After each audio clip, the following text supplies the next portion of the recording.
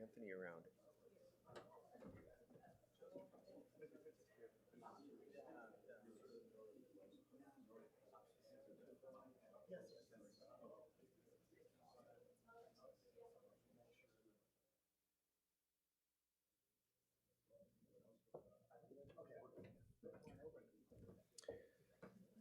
All right, hello friends. Let's get started.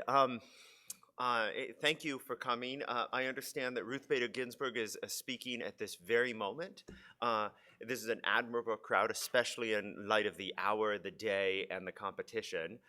Christian pointed out to me that his title and Ruth Bader Ginsburg's title start with the same word, associate. So there's a sort of rough equality there. I wonder if I could ask, I don't mean to inconvenience people, but I wonder if I could ask the people who are on the periphery or the edge of this gathering to move more towards the center, because it will create a better atmosphere and because the speakers will be more able to see you. Today's panel is on the contention, which I take to be one of the central contentions of the modern left, the contention that everything is political, that the terms of social life, the terms of political dispute are so capacious and encompassing that there is virtually no sphere of enterprise that is immune from politics. That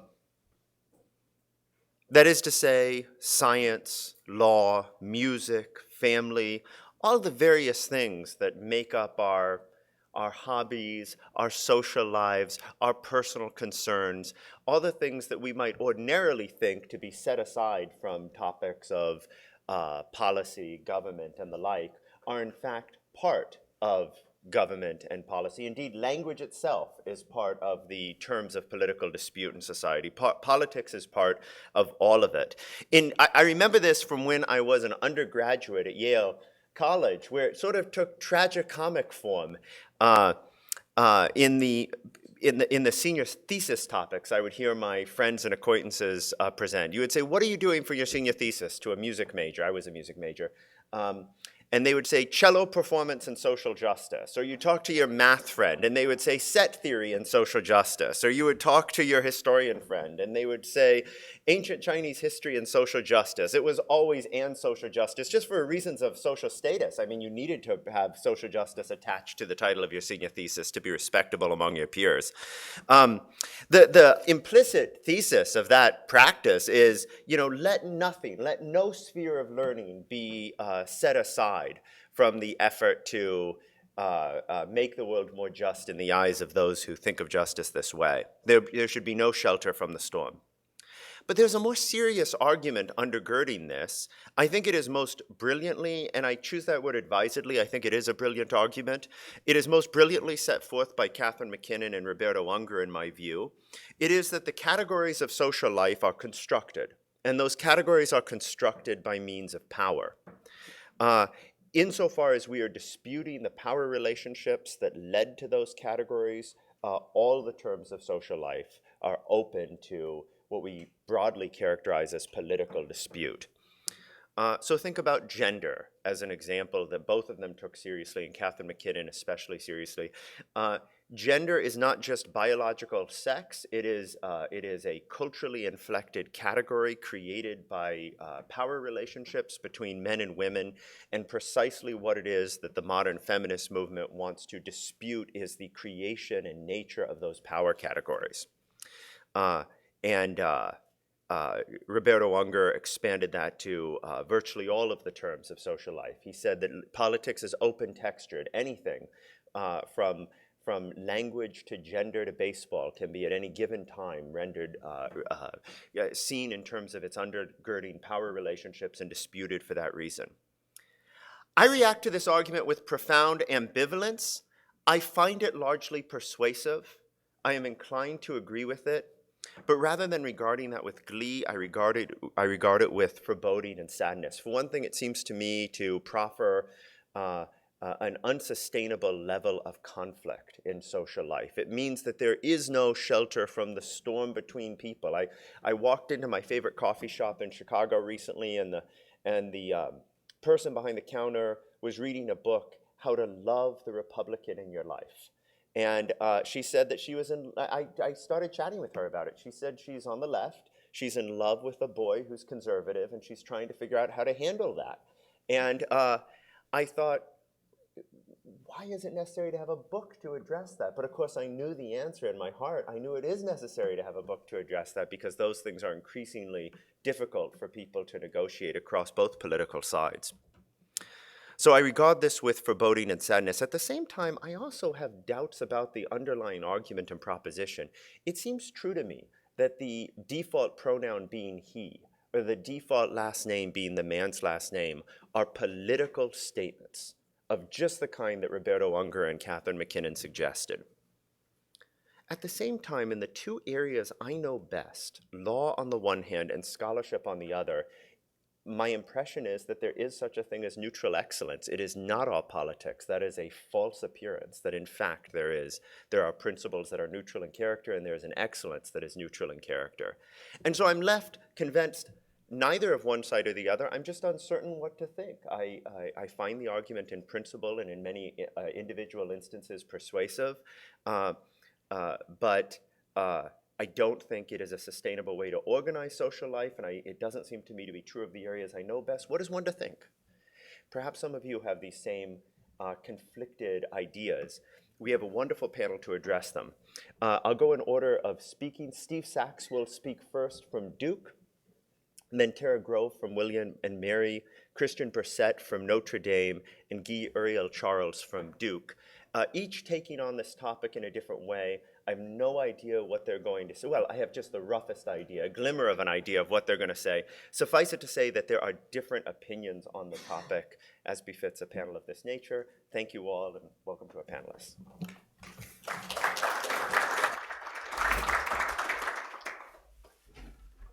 Thank you very much, Josh, and to the panelists and the organizers for having us. I'm going to start with an argument that I'm directly stealing from Oliver Traldi, who is a PhD philosophy student at Notre Dame. This is a potato. Is this potato political? I suggest that the answer is no, and that that's the only non-absurd answer. Therefore, it is not the case that everything is political. QED. No, I could stop there, but I won't. And so I guess the question that this raises, the sort of Morean argument raises, is why would anyone think that everything is political? What would the idea that everything is political be? Because you can imagine the responses. Oh, of course this potato, this one here, is political.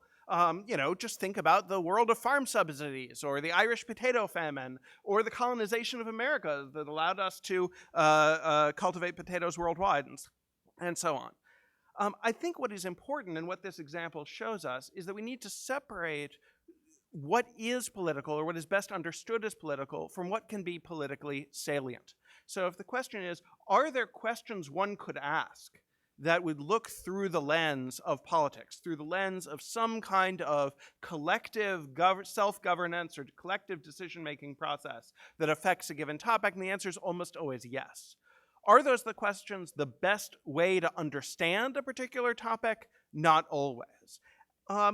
If you think of an analog, you could ask the question, is everything moral? Well, not everything is necessarily best understood in moral terms. If you're asking, how large is this potato? Where does it grow? What is its manner of development, and so on? Moral answers would tend not to help you very much. But that doesn't mean that there aren't moral questions one could ask about the process of potato cultivation, or indeed any other aspect of social life. When we have hobbies, when we have interactions with friends, the language we use, of course all of that could be of moral significance in various ways. In some sense, there is no shelter from the storm there.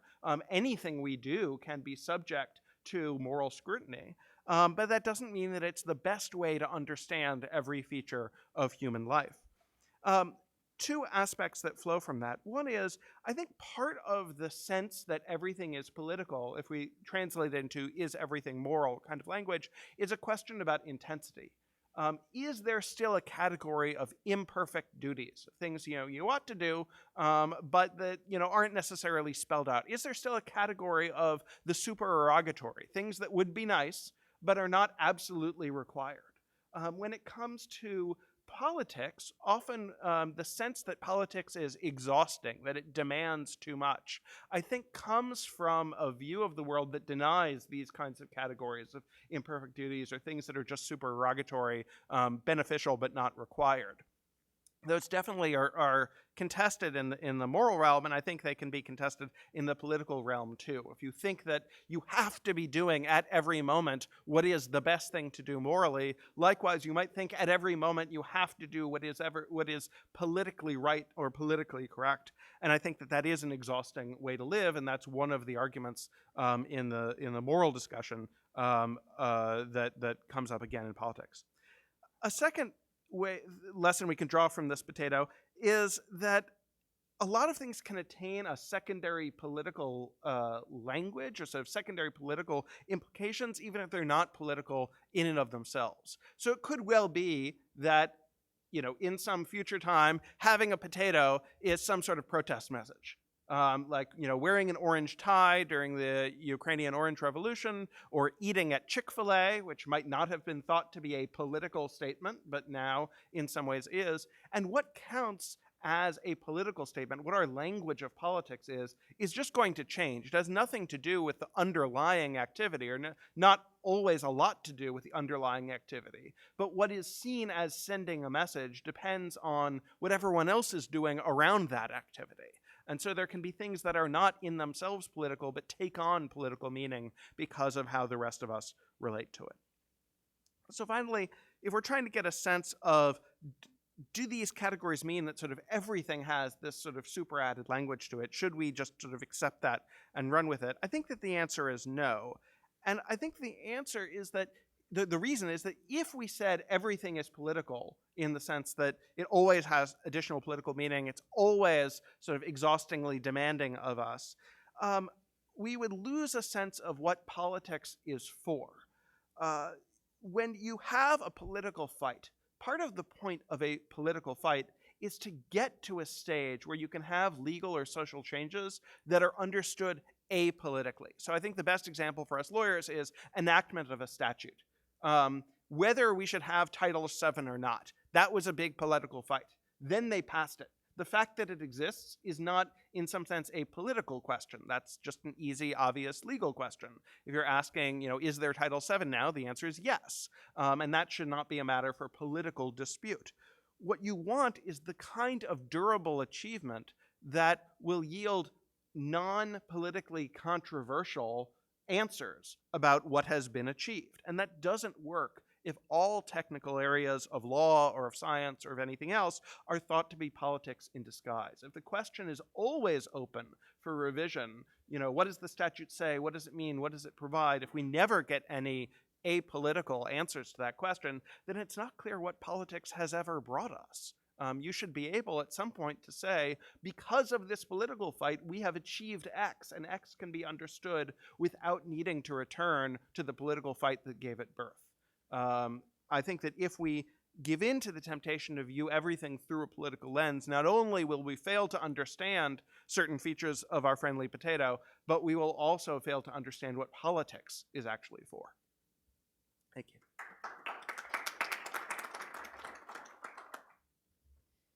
All right, well, I want to say a little bit about polarization. So Congress is polarized. That seems to be pretty clear. Democrats or Republicans increasingly vote on divided party lines. Is the general public polarized?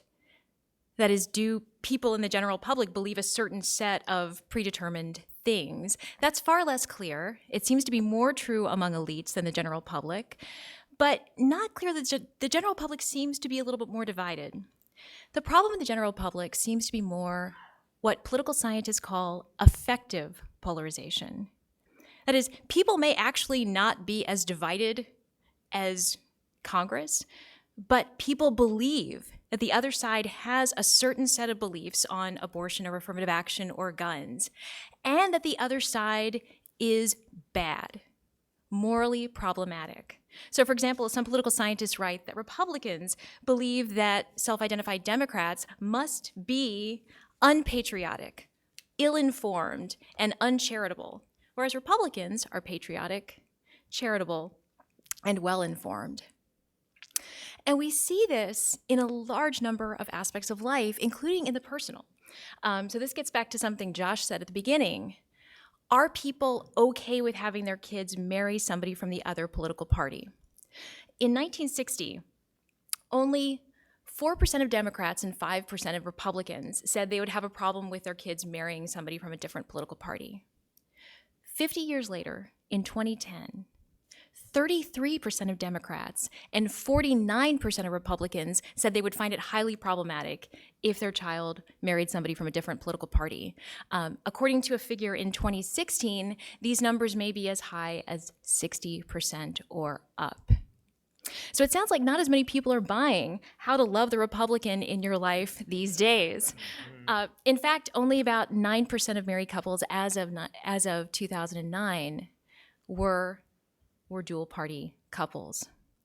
So what does this mean, this effective polarization? Well, obviously it has some impact on social interaction. Are people willing to talk to folks from the other side if they view people from the other side as inherently untrustworthy and unreliable? It also, it turns out, has an impact on the way people view their members of Congress.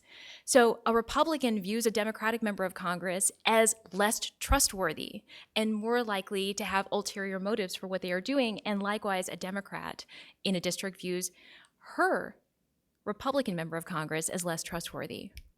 What I would suggest is that these views are increasingly affecting the federal judiciary as well. So when President Trump talked about Obama judges, that got a lot of attention. After President Trump lost a case and the district court judge happened to be appointed by President Obama, President Trump said, that was just an Obama judge. As many of you know, Chief Justice Roberts shot back and said, well, no, we don't have Trump judges or Obama judges. We don't have Bush judges or Clinton judges. President Trump replied, quote, "Sorry, Chief Justice, but you do indeed have Obama judges. It would be great if the Ninth Circuit were indeed an independent judiciary." So President Trump's comments got a lot of attention. But what about what progressives are saying today about the federal judiciary? So Senator Dianne Feinstein recently said the courts are now, quote, "packed with young judges whose views are far outside the mainstream. Instead of serving as neutral arbiters, these judges will push a conservative agenda that will have lasting effects for generations." Senator Chuck Schumer said, "The recent judges are, quote, the most unqualified and radical nominees in my time in this body." Another commentator said that the Fifth Circuit is descending into lawlessness and that Trump judges are, quote, leading a conservative revolution.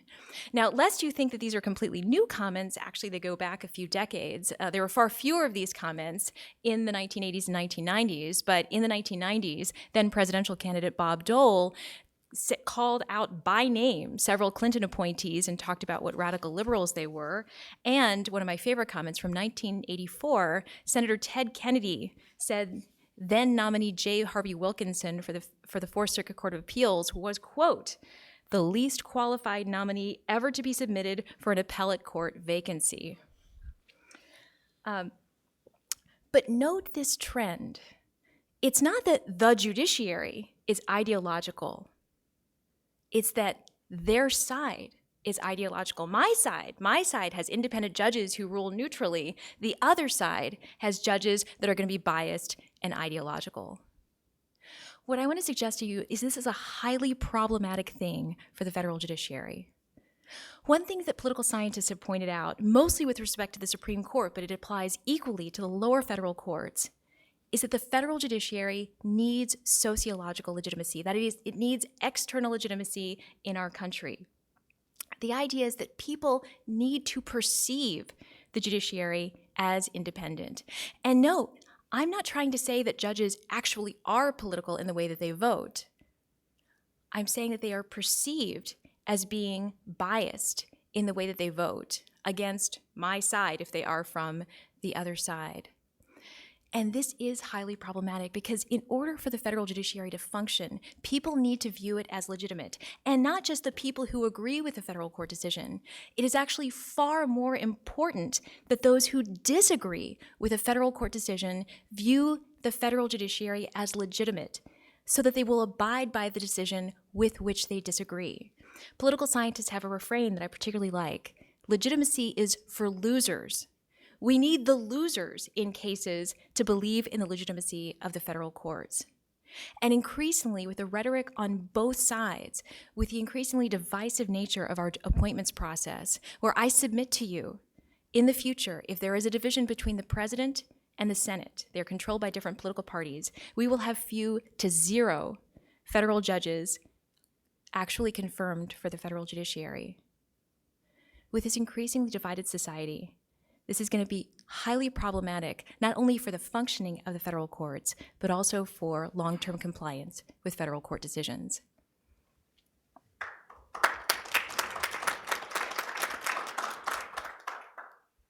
So I'm going to address two of the sub-questions on the program.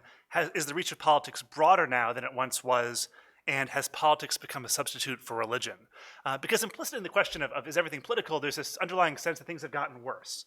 And I don't want to deny that. I think we can all point to things like Chick-fil-A that were once just a place to eat chicken, and there's a reason that FedSoc student groups always serve it for lunch. There are things that have become political over time, but I want to also push back against that. And I'd like to suggest that at least in this country, the boundaries of the political have always been unstable. This has always been in flux. And in the interest of time, I'll stick just to the politics of consumer goods. And I'll focus on the period of the nation's founding because this is the period in theory that our institutions are designed to respond to. So every American school child knows about the Boston Tea Party. It's another time when Bostonians tried to exclude unwanted consumable goods, just like the mayor of Boston once tried to kick Chick-fil-A out of his city. What is less well known, perhaps, is the extent to which Bostonians' rejection of tea reflected a broader tendency in America to politicize consumer goods, to treat consumer goods as a site of political protest. The historian T.H. Breen has described the consumer boycott as an American invention from this period. All throughout the 1760s and 70s, Americans again and again refused to buy British goods to protest taxes of various kinds. At the same time, previously apolitical goods acquired the sheen of political virtue. And one of my favorite examples comes from John Adams, who wrote in 1774 to Abigail about a tiring trip to Maine. And he got there and he said, "Madam," he asked his temporary landlady, "is it lawful for a weary traveler to refresh himself with a dish of tea?" Now remember, this is after the Tea Party. "Provided the tea has been honestly smuggled or paid no duties." And this landlady, and this sort of innkeeper in Maine, said, "No, sir, we have renounced all tea in this place. I can't make tea, but I'll make you coffee." Accordingly, Adams said, "I have drank coffee every afternoon since, and I've borne it very well." So poor sacrificial John Adams is switching to coffee. "Tea must be universally renounced. I must be weaned, and the sooner the better." So it seems that consumer politics has always been good to the last drop, at least in this country. Now, one thing that stands out about this anecdote, though, is who the agent of change is, right? The source that tells the story, Adams's letter, doesn't even give this woman's first name. She's not a prominent person. But yet, she is pushing Adams, the great patriot leader, into consumer radicalism. She's the one pushing him to get weaned from tea, even honestly smuggled tea. This is like the fair trade of colonial era, was what was smuggled. And that might be a difference between then and now, is that now, as Tara pointed out, there seems to be a mismatch between the elites, sort of the very online, who are especially polarized, and ordinary people who might be a little bit less so, and that mismatch might explain what seems new about our current moment. The tea boycott also sheds light on the next question, which is the role of religion in politics. It's striking in reviewing colonial era boycotts the extent to which colonists talked about boycotts in religious or quasi-religious terms. The most extreme example probably comes from the small town of Dartmouth, Massachusetts, whose inhabitants proclaimed, quote, "a universal fast from India and English goods." And this was necessary for their, quote, "salvation." And they came to this realization, they said, upon reflecting on the story of Jonah and Nineveh. But John Adams, too, wrote about the consumption of British goods as a, quote, "sin." Now, this is not surprising in a relatively religious society like colonial Massachusetts. More novel, perhaps, was the emergence of a notion of secular virtue, what Breen and another historian, Edmund Morgan, have described as consumer virtue. And this existed alongside and to some extent competed with Christian morality.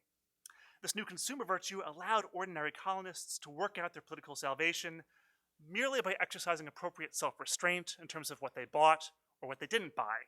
And perhaps more importantly, they could flaunt the self-restraint in what they wore, for example. So going around in a homespun jacket as opposed to British fine cloth could signal your political virtue to your fellow townspeople.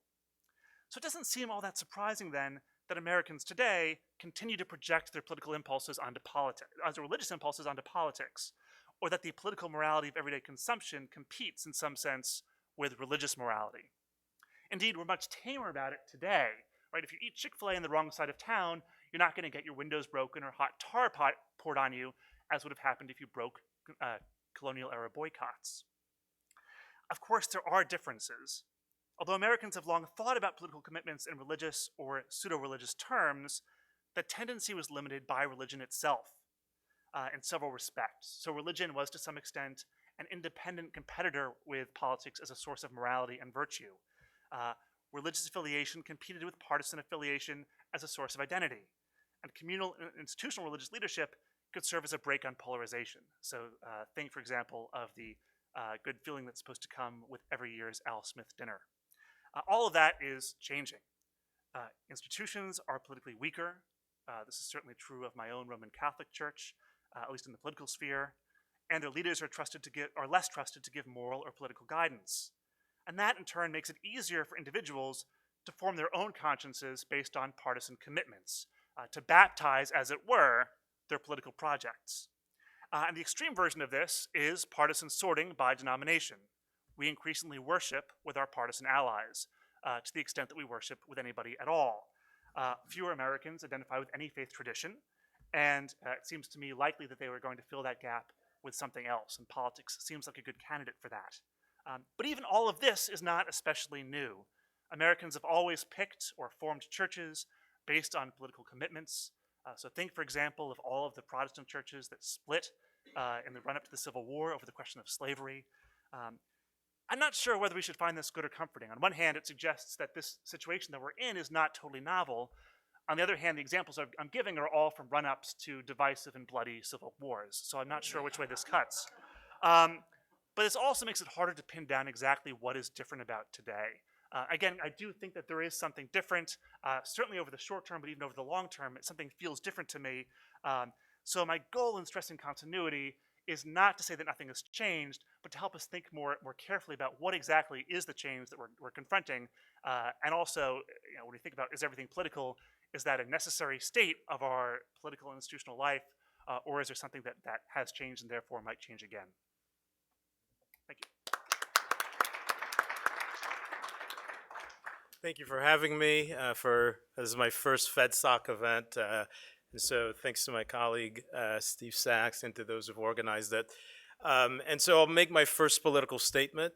I don't think the question "everything is political" emanates from the left, as Tara I think has rightly pointed out. This is a question of that we as a society are trying to debate from all sides. I think it's an important question.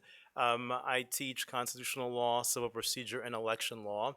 And I think the commonality among all of those courses is how in a society in which you have variation, differences of opinion, what are the mechanisms that we are using in order to get along together as a polity? And I view that as the central question in an advanced democracy, certainly in our age, and I think there's a lot at stake in how we think through and answer that question.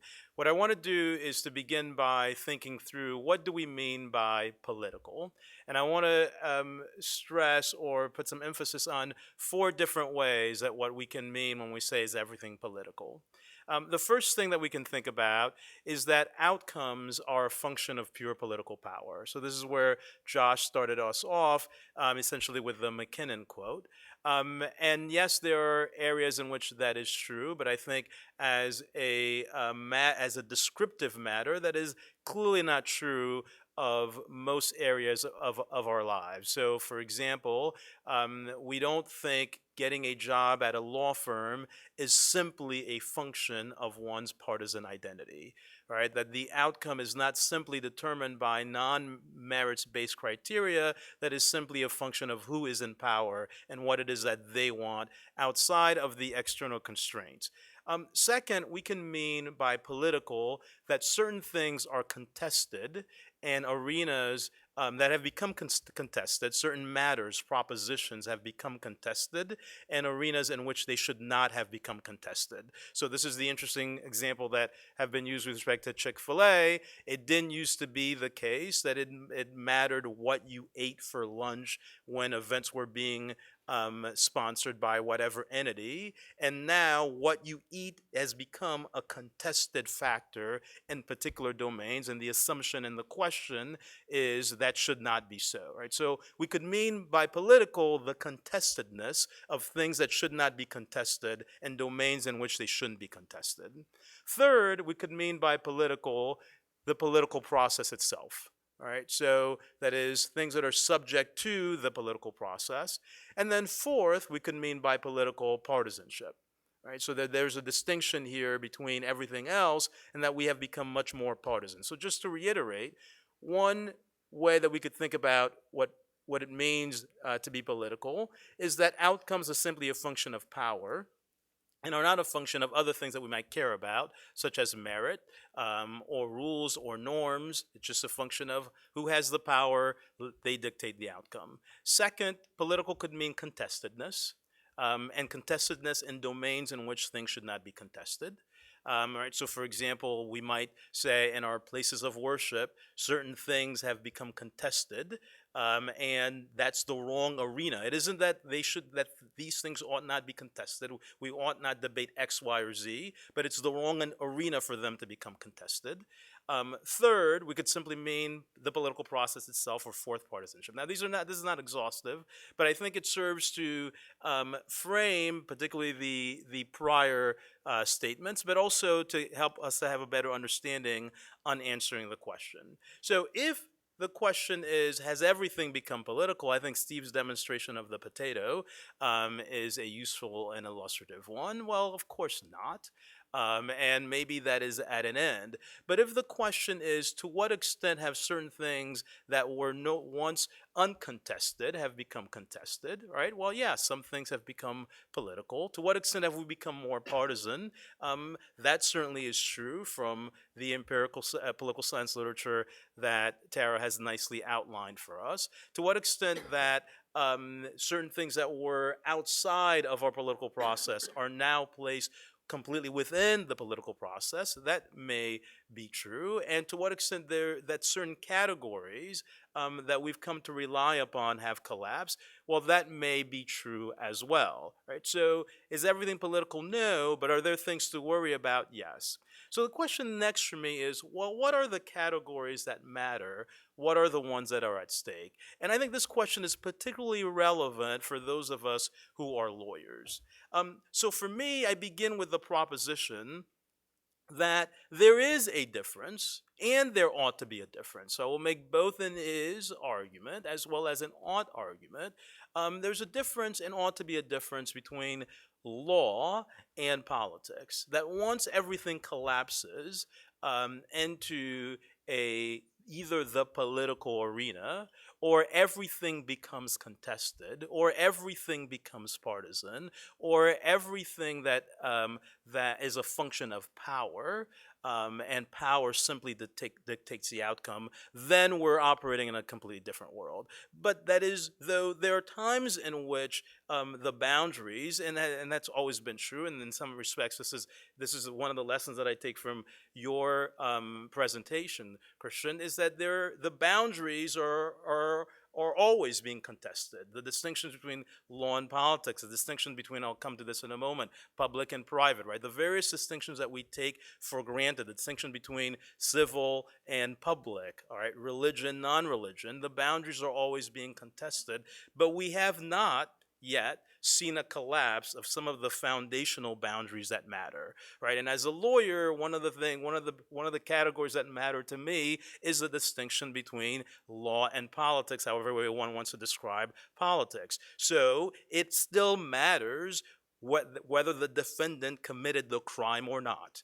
Right? It's not a function of the defendant's political identity. It's not a function of the fact that the defendant has certain powerful friends within the judiciary. Right? And those boundaries are ones that we ought to uphold even where we might contest where the lines are. right? So second, facts do matter, and facts ought to matter.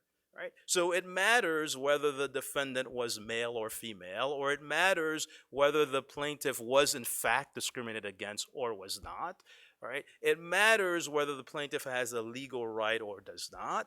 We'll come to it. Comes it's part of a third category. Right? These categories still matter for us. We have not seen the collapse of those categories. It is not the case that we answer the question, was the plaintiff discriminated against? Well, is the plaintiff a Republican or a Democrat? Or is the plaintiff a member of a powerful political group or not? Those are the only things that it's going to matter to us. No, facts still matter, and facts ought to matter. And I think as lawyers, we ought to insist on the reification of these types of those categories. Third, the public-private distinction. Yes, it is contested, and we mean different things by public, and we might mean different things by private, but that distinction is foundational to a free society, right? It still matters that this is my house. Well, this isn't my house, and that matters too, right? Both as a matter of custom and as a matter of law. So if it is my house and you are trespassing, and we recognize this category of trespassing because we say it is private to me, then I can enlist the help of the state in evicting you or removing you from what is considered to be my premises, right? Different legal rules apply depending upon the category. So the point that I want to make is, while it might be true that there's a lot that is contested, there are categories that still matter to us that enables us to easily answer the question, well, of course not everything is political. Nevertheless, those categories are under stress.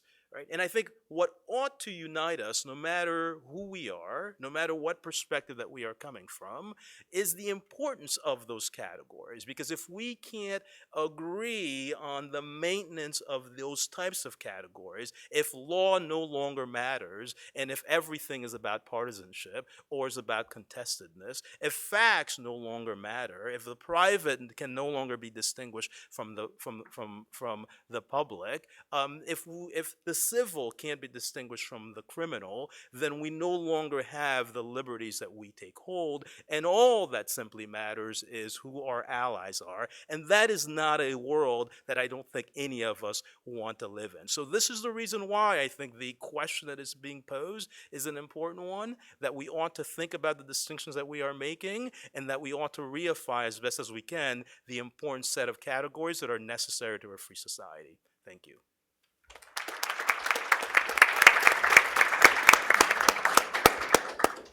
Well, this was really extraordinary, not only for the quality of those presentations, but also for the admirable brevity of those presentations. It is 6:43. Color me impressed.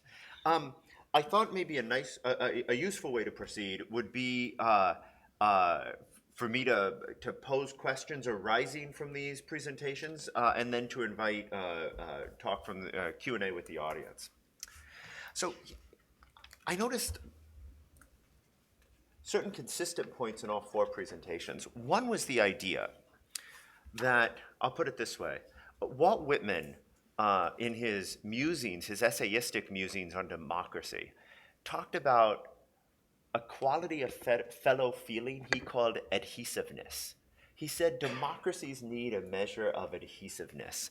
I think that is well taken. The things that sustain democracies are not just constitutionally recognized electoral processes, or even a constitution regarded as legitimate, but certain kinds of fellow feeling that are fundamentally emotional, and that are and that we cannot sustain democratic community without. I don't know if we can sustain any political community without them. And another consistent element of your presentations was this feeling that we need these sort of spheres set aside from the political struggle so that we can love each other a little bit and have some adhesiveness with each other regardless of our political disagreements. Also consistent in the presentations was the recognition that those are artificial and changeable. So a potato can become political. An orange tie can become political. Eating Chick-fil-A can become political. It might have once been that we could set aside our political differences to watch a game of basketball together, but that could change. It could change if, well, it changed with American football quite recently with the protest movement that took over football. And perhaps some of what this partisan era has shown us and what alarms us so much is the sense that the areas of life that are subject to political dispute and in which our fellow feeling may be frayed have expanded. Church might have once been a place where we could come together across party lines, or literally love, romantic love might have once been such a place, or what we eat, or how we dress. But now all of it is subject to the same political storm, which has the same fundamental ill effect, which is fraying our bonds of fellow feeling and community with each other. All right. So if both of these things are true, if it is the case that that we need a measure of adhesiveness, and that the areas that have sustained that adhesiveness are fraying, what areas should we set aside now? Is it statutes? That seems unrealistic to me, that statutes would be a sort of stable political settlement set aside from the political storm. Actually, when Trump and Chief Justice Roberts dispute whether there are Obama judges and Bush judges or Trump judges in the interpretation of the Constitution and statutes, Trump is right. Chief Justice Roberts is proffering a sort of noble lie to inspire the legitimacy of the courts, but there's no question that Trump is right. What about what Guy brought up, the idea that it still matters whether the plaintiff did it or whether the criminal defendant did it, right? Not just is he a Republican or a Democrat. Boy, I've been working recently in the clinic of Northwestern Law School defending children accused of homicide, and they do not care if he did it. It is part of the political struggle. Even, is this my home? I could see that taking on a political cast. So I guess I'd like to press on what might be a sustainable set aside where we could actually cultivate adhesiveness even in the present political climate. There it is. Let me take a stab at it. So I think one of the things that we can do is, as I mentioned toward the end of my remarks, is to the extent that we believe in certain types of categories, we ought to try to sustain them, particularly and especially when they don't benefit us and our sides. Right, so we can't give in to a criminal justice process that does not care about whether the defendant committed the crime or not. If we've given that up, then there's nothing left to the game. We can't give in to the enforcement of norms simply because we now have the power, and enforcing those norms is no longer politically advantageous. Right?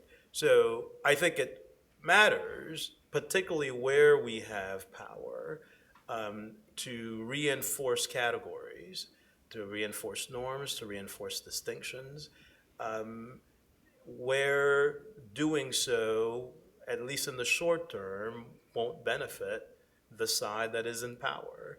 And that, seems to me, is one of the ways, and perhaps the necessary way, of pushing back against what I would hope to be a tide that we can all agree on is not just a dangerous tide, but is a precursor to an overwhelming tsunami.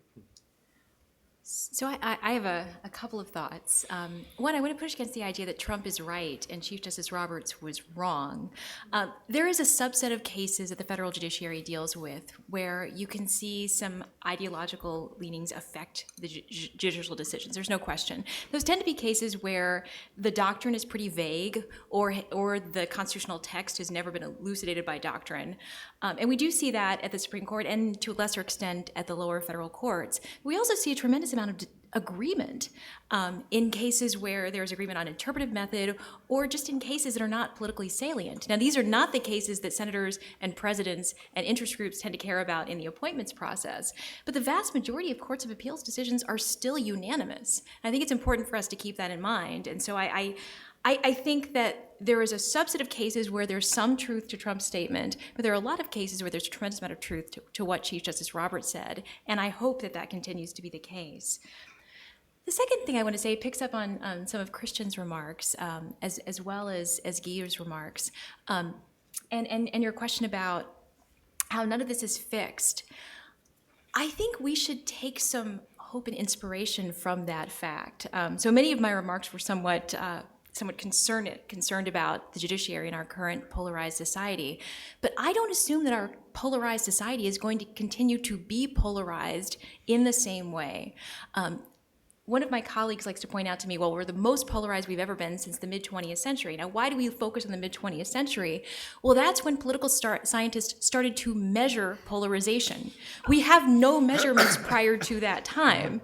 And anyone who has read about the late 19th century, and I'm talking about the post-Civil War late 19th century, that is the people who didn't enter another fight, the Democrats and Republicans hated each other. I mean, with bitterness that is just unbelievable today. They got into fights sometimes. And when I look back at that period and what happened, well, in the early 20th century, the Republican Party started to split between economic conservatives and progressives, and then there were splits over time within the Democratic Party as well. The reason there was less polarization in the mid-20th century is that there had been these splits within the parties over the course of time. I do not assume that the current level of polarization will remain the same. I don't assume that the parties are going to remain the same. I think one can already see within the Republican Party and the Democratic Party a lot of internal divides that do not fit together particularly nicely. And to me, that actually gives me a great deal of hope for the future, that the current divides may change over time, and that may cause some of what we currently call political divides to be, we're going to have factions, as Madison told us, in some way, shape, or form, but I think those factions will look different as time goes by, or at least I hope so. So I think I'd pick up on an aside that you made, sort of maybe any political community needs adhesiveness, needs set-asides. And I think the answer to that is yes. I think a good example of that, I was studying abroad and taking economics, and an example of a public good that was offered was the Queen. The Queen is non-rival and non-excludable. Everyone can have the Queen, and you can't prevent anyone from enjoying the benefits of her existence. And if you think about the events around Will and Kate's wedding, and they had block parties all over England. It doesn't have to be a democratic phenomenon per se, but any sort of community is going to have forms of adhesiveness that are very political. I mean, you had British flags all over the place, but at the same time, we're not experienced as such. They were, opportunities for group bonding over whatever it was. And I think any kind of community that's going to be called to make sacrifices for the good of the whole needs some degree of fellow feeling where people have a sense that they're in it together. And I think that one way in which lots of things seem political is the way that, it's that sort of fellow feeling that is frayed, that people see divisions being deeper and present in more arenas than they had thought previously. So if the question then is, what do we set aside now? Well, I think there are two ways to look at that. And again, not an exclusive list. One point that I think he drew out that is very important is arenas of intellectual honesty. I mean, we're all here as academics. There are academic norms that are, again, have all sorts of political salience, but are best understood through other kinds of lenses that are something over and above political power in academic institutions. And I think the Trump-Obama judges case is a good example of that. Like, surely it's different. I mean, if one hears that you've got a panel of 3 Trump appointees versus a panel of 3 Obama appointees, even on a wide range of things, even on things where the doctrine is not so contested, you might expect different answers from the panel. But that's different from a world in which the reason you would expect different answers are questions of partisan loyalty. Is it just that the different presidents pick people who favor different modes of interpretation or different intellectual approaches to the law and are doing so honestly, sort of within their own field, or are they really sort of on a team and are they team players? I think those are very different worlds in which partisan identification has a very different valence. And it's in a world where, everyone is pursuing by their own lights the correct answers on the law, and politicians and presidents and senators reliably pick different people to fill those offices given their different approaches, is a world where it's much easier to imagine discussion across party lines than one in which people really see themselves as a team and as advancing team goals. I think a second area that we should think about in terms of what are these set-asides beyond just questions of intellectual honesty versus team playing is, what are the incentives for polarization? Why would someone seek to polarize or seek to take an area that is a set-aside and make it not so? And sometimes you do that for very good reasons. Hey, this area that's set aside, in fact, is covering up a large amount of disagreement that we might really not want. Maybe we, the 4th of July parade, in some sense, is the, uber political activity, and in other ways, it is, the thing that the community gets together to do to really enjoy being out there together and to have fellow feeling, and is the perfect set-aside. And so if we can ask questions, why now? Is there something to be gained by polarization? The answer could be, for very good reasons to achieve better results on the ground, or for bad reasons that you can sort of make a cheap mark and sort of name for yourself by breaking down set-asides more so than by building them. I don't know what the answers are in particular areas, but I think those are the questions we'd have to be asking. I would say your Queen example reinforces Tara's point that things don't always get worse, right? So there were times when the monarchy was the most divisive issue, right, in British politics. That is no longer the case. So there is sort of a long-term things might change for the better. All right, well, let's open it up to questions from the floor. Do we have a mic out there? I do. Okay, so raise your hand. The mic will find you. And Gene, is that a hand? Well, no, go ahead. I was fascinated by a comment that Professor Charles made. I've been doing a lot of research in the rule of law, and Professor Kleinfeld started by citing Unger, as opposed to someone like Michael Oakeshott, Friedrich Hayek, or Lon Fuller, who try to come up with approaches that are more neutral to law, law in a pluralistic society. How do we approach that? Are you familiar with that work, and does that feed into your comments? Thank you. I'm familiar with some of it. When you asked, does it feed into my comments? Not, I would say not intentionally, but because as I've been thinking about these comments, I've also been reflecting on some of these similar questions, but I would say unintentionally so. I'm looking for hands. It's a little hard to see. David's got one up over here.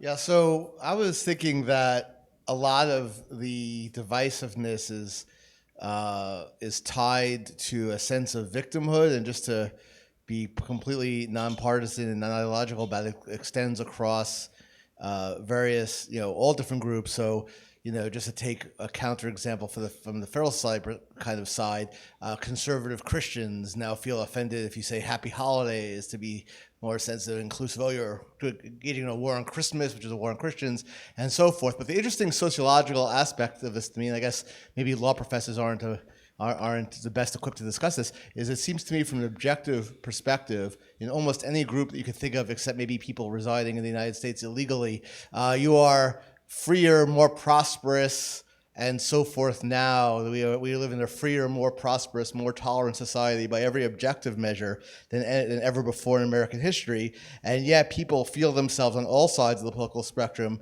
to be more victimized and to be the subjects of attacks by others than ever before. And I don't understand, I struggle to understand how those two things could both be true, how we could be freer and more prosperous and more tolerant by objective measures, and yet all feel more under attack and under threat than ever before at the same time. So this is by no means my wheelhouse, so I'd welcome correction on any of this. I think there are two possible explanations. One is that technological changes and changes in media cause us to be aware of a lot of terrible arguments that we disagree with, and so therefore, in ways that we could very well avoid beforehand. So it may be that we feel attacked because we see attacks, and we are brought into contact with others who disagree violently with us and are not very good at arguing necessarily on both sides of the issue. A second thing is Jonathan Haidt, I believe, has written about shifts from cultures of honor, cultures of dignity, and cultures of victimhood. So, there were periods where, if you were slighted, the expectation was like, oh, well, you're going to challenge them to a duel, of course, or alternatively, you would say, like, well, if you're slighted, you're just going to have, a dignified silence and not let it bother you. Or if you're slighted, then the correct answer is to seek some sort of authoritative recognition of your grievance and sort of public official resolution, and arguing that we have moved to a more culture of victimhood style society. I don't know if that is true, and I'm not even sure that is the best way to represent Haidt's argument, but I think if that were true, it might explain why people feel more endangered in various ways than would necessarily have been the case. You'd also add, which we haven't really talked about, the fact that the 21st century America, and particularly 21st century America, is obviously a very different demographically set of groups and categories than in any other time, right, in American history, with different groups vying for political power, with contestedness with respect to the amount of power that people have, and a sense of group fluidity. So in some respects, it's not surprising that various groups are feeling that their particular, either they're losing or they're not gaining enough comparatively to, right? So it's one of the things that we haven't talked about, which I think makes this question even more important, given the greater demographic, racial, ethnic, religious diversity of 21st century America. How really then do we think about the role of various groups as they try to attain and maintain political power? So it's not surprising to me that that people feel a sense of loss given the contestedness of political power and social power in this domain. Other answers to David's question? I just wanted to pick up on Guy's comment just now. One of the interesting things about our current political moment is it's not clear which party is going to hold power at any given moment. It's switching constantly. And that's highly different from other periods of our history.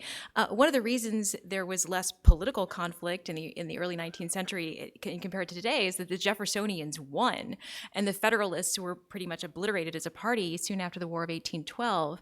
And right now, there not only is neither party winning, it's hard to see any party winning anytime soon because there are substantial numbers on both sides. And I think that increases the stakes for each election. Yeah, I think it's also true that most Americans tend to exist in several spheres at once. And so it's very hard not only for one party to win definitively, but for any political group to win definitively in every sphere. So even Republicans now, they might feel, well, we have the presidency, but of course Hollywood's attacking us, whatever it is, or vice versa. And that also leads, so even when one is winning politically, one can always point to some area in which one is losing, and that can also, I think, feed the sense of grievance. Kevin? I have a recommendation and then a question. The recommendation in terms of this thing that might be this unifying thing that creates fellow feeling for us might be a commitment to civil discourse. And I mean like actual civilized and enjoyable discourse in a way that we enjoy boxing matches, but in a way that would take sustained effort over time. People say freedom isn't free and usually think about having to fight wars and die and bleed. But I think also if you want people to really enjoy civil discourse more, you have to spend time and energy and money and fostering an engagement and then actually marketing it to large numbers of people so that they turn out for the engagement and participate and blah, blah, blah. That's the recommendation. The question, for those who are interested in fellow feeling as this solution, or at least this important component that has to exist even as we have all these conflicts, to what degree do you need the fellow feeling to be genuine? And I ask because I am worried about fellow feeling that is either A, based on a lie, or B, coerced through laws and violence. And I think some people are okay with that if they think the benefits outweigh the costs, and I'm just curious across the panel where you guys land on that one. I don't think it has to be genuine. There's a wonderful book by Teresa Bijan called Mere Toleration, and the premise is that toleration can work very well if different groups approach each other with sort of a charitable hatred, on the model of, say, Roger Williams, the Rhode Island sort of religious radical. So he would tolerate, he's very famous for creating this tolerant experiment in Rhode Island, but it wasn't toleration based on everyone's fine, I'm good, you're good. It was toleration based on I have the truth and I'm going to try to convince you of this. But there's sort of mutual respect in a sense, but it's not based on a sort of a deep, and maybe there is a deep love in the Christian sense, but not a sort of a deep warm and fuzziness to it. So I think that's sort of maybe reducing our expectations for civility might be a way to go. The Voyager's book on tolerance as well. Yeah. Reminds me. I was just, I despair of civil discourse as a solution because civil discourse is one of the balls we're kicking down the field right now.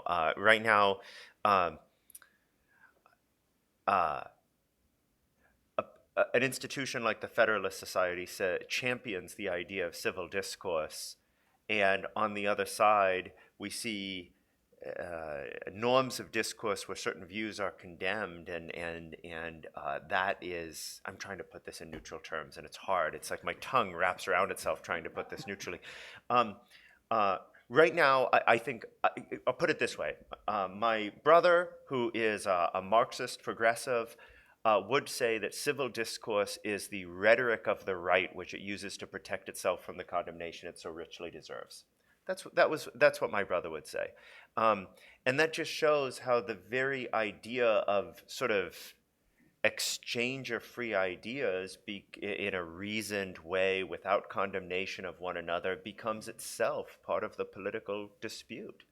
And so it's interesting because people on the other side would say the very same thing, right? Right. Yeah. No, I was going to say, I think that is, oh, I'm sorry, were you going? No, I was done. I was hoping you could clarify. What would the people on your side?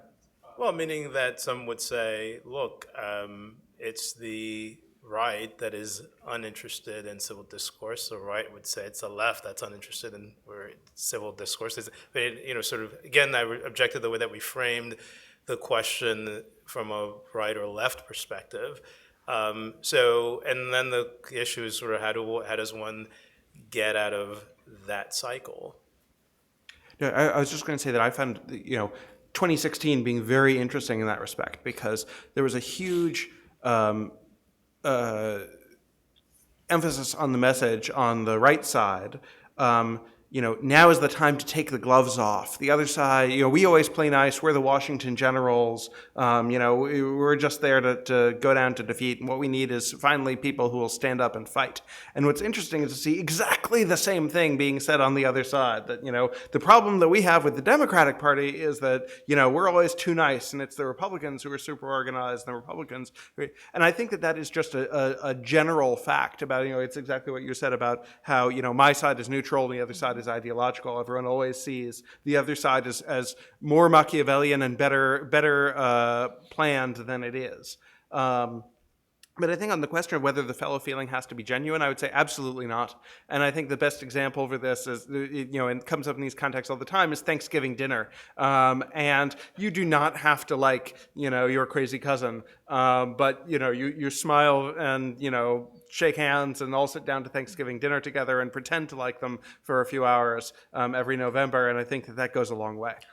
Could I say two things about this? One is, the one problem with looking at civil discourse as a norm that can sustain us, regardless of the fact, or in addition to the fact that it is itself disputed and both sides claim the other lacks it, is there's no incentive to adhere to civil discourse when you have numbers. Right? Civil discourse is for people who lack numbers. If you have numbers, you really don't need it. You can engage in a condemnatory discourse and just trust your majorities. I just think strategically, in fact, you shouldn't have, strategically, there's no interest, I should say, in having reasoned discourse or exchange at all to the extent you have the votes you need. Right. That's a very cynical view. No, but that's true. Right. But I think that's what makes it, I don't disagree with that, but that's what makes it, when one has the power, restraint, I think, is the best way of enforcing norms. Right, I mean, and we recognize that in a lot of the areas that we do. So, many of us are either in faculty hiring or we don't simply say, right, or the best functioning law faculties don't say, we have the votes, we're going to ram it through. Right, people recognize that no, you may have the votes, but really, if you want to sustain an institution in which people respect each other. And they want to get along, then in part precisely because you have the votes, you work really hard to provide at least process, if not a certain amount of substantive voice, right? So I agree with you that civility is often unnecessary, but it's precisely because it is unnecessary that its exercise when one has power is meaningful and norm reinforcing and doesn't simply say, we have the political power, therefore. Randy? Earlier today, this morning, I attended a panel discussion on the Second Amendment that was one of the hot takes panels that to get a hot take panel here, you have to, at the AALS, you have to submit a proposal with your list of participants. It's got to be passed upon by a committee. Part of the criteria for passing upon these hot takes is that there be intellectual diversity, or there be diversity, let's put it that way, which is and intellectual diversity is part of the bylaws of the AALS, a requirement of intellectual diversity, which was touted to us by the welcoming talk of the incoming AALS president at the beginning of this conference. This panel was a panel of 8 people and 2 moderator commentators. One of the 8 people didn't show for personal reasons. Of the 7 people who were there, all 7 were on the same side of the Second Amendment issues. There was no disagreement. They were in 100% lockstep uniform agreement with each other throughout the entire hour and a half program. The 8th person who wasn't there would also have been in disagreement with that. She would have just been an expert on the stuff that they were already agreeing about. I was told privately that there was a 9th person invited who would have provided disagreement, but who dropped out of the program at some stage in the development. So they couldn't be accused of maybe never having anyone on the program. But I can tell you there was no discourse. There was no civil, they were civil to each other, but there was no intellectual interaction with anyone who didn't share their views at this conference earlier today. I could see this coming. I saw the program. I saw who was on it. I knew I didn't recognize anyone's name as someone who would be on the other side of the Second Amendment issue. So I went because I didn't want to complain about something until I saw it for myself, and I had to sit, so I had to sit through this whole thing.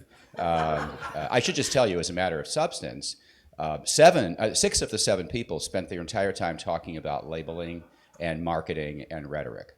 One person had a substantive discussion on levels of scrutiny and types of scrutiny associated with gun rights cases, which was actually quite informative and informed by someone who knows what he's talking about. On the other side, but still, I learned, it was good. That was the program.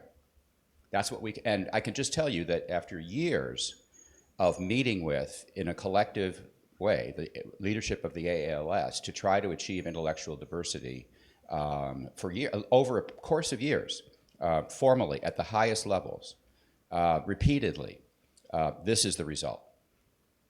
So this goes to the point where if you have the power and someone else has the power here at AALS, the best you can hope for is that they'll politely listen to you as you complain about your exclusion.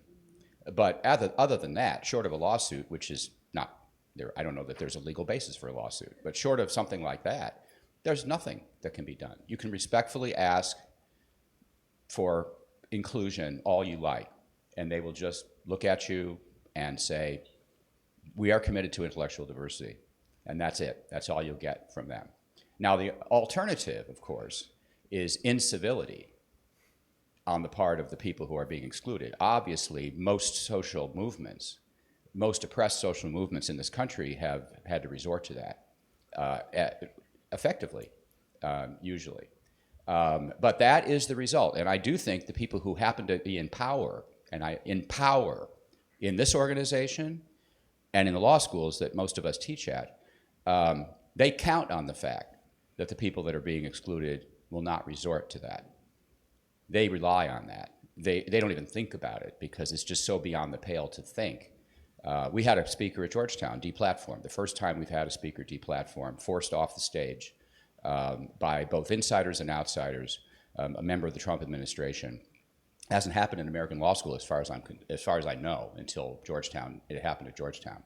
The people who did that, and my faculty colleagues who were commenting on this on the listserv before and after the event, certainly assumed that nothing like this could ever happen to them.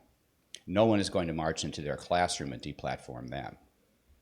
All the same arguments could be made in justification for deplatforming them, but they know, as well as I know, I'm not going to do it. My Federalist Society students are not going to do it. It's not going to happen. Why? Because we're civil, and we won't do it. Maybe we should do it. Maybe that's the answer. I'm not advocating it, but I'm really not sure I see exactly what the alternative is when one group, when it's numbers, as Josh says, when you have the safety of your numbers, and you can just do what you want, and you just don't have to care. You just don't have to care about what you're doing because nobody makes you care. It would have been interesting to hear you at the height of the civil rights movement.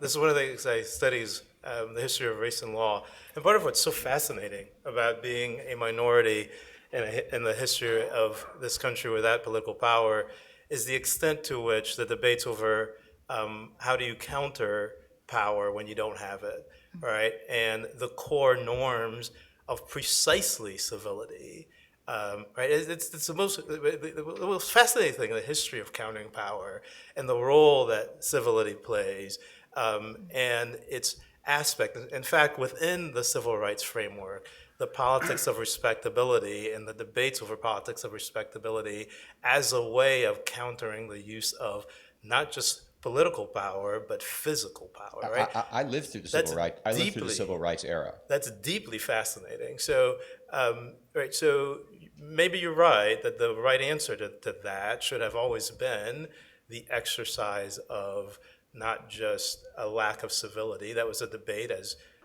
you know, not just the absence of civility, but also the things that come with it. Right? And yet, interestingly, the choice fundamentally was to disagree, but interestingly, to disagree, right? The concept of civil disobedience. So I think you bring up a really interesting point, and it's worth thinking through what the historical examples teach us. So as you talk about that, that's where my mind goes. I lived through that era, and I saw the tactics that were used, and it wasn't just one tactic that was used. There were multiple tactics that were used, up to and including armed resistance, also used at the same time, simultaneously. So different people advocated different tactics at the time. But we don't see, I think the people who are now in power in these institutions, they're not in power in every institution, but they're now in power in these institutions. I think they are very, very well assured that nothing like that is going to be aimed in their direction, that they're only going to be met with civil pleas for civil discourse in return. And some of them, out of noblesse oblige, will give it to you. I'm pretty well treated at Georgetown in this respect. I'm not disrespected. So it's not like I have a hard life. But my students, not quite so much by their peers, let's say. Anyway, it's a long topic. I'm just saying that I just want to sort of underscore what Josh said about the power of having the numbers, which was reflected in the panel this morning. Not only did AALS have the numbers, so they didn't have to worry about a program, but this particular program had the numbers, and it was 100% on a topic that was very, very easy to identify people who would have taken a different view. This is a hard topic to end on, a hard subject to end on, but our program is out of time. And I think it's an illuminating place to end on because it underscores the difficulty of the dilemma facing the country and facing us, which is that the impulse to find places that are set aside from political dispute where we can engage with each other civilly and peacefully and with a measure of fellow feeling are urgently needed, but all too difficult to find. And so why don't we end with the problem? And thank you, and thanks to our panelists.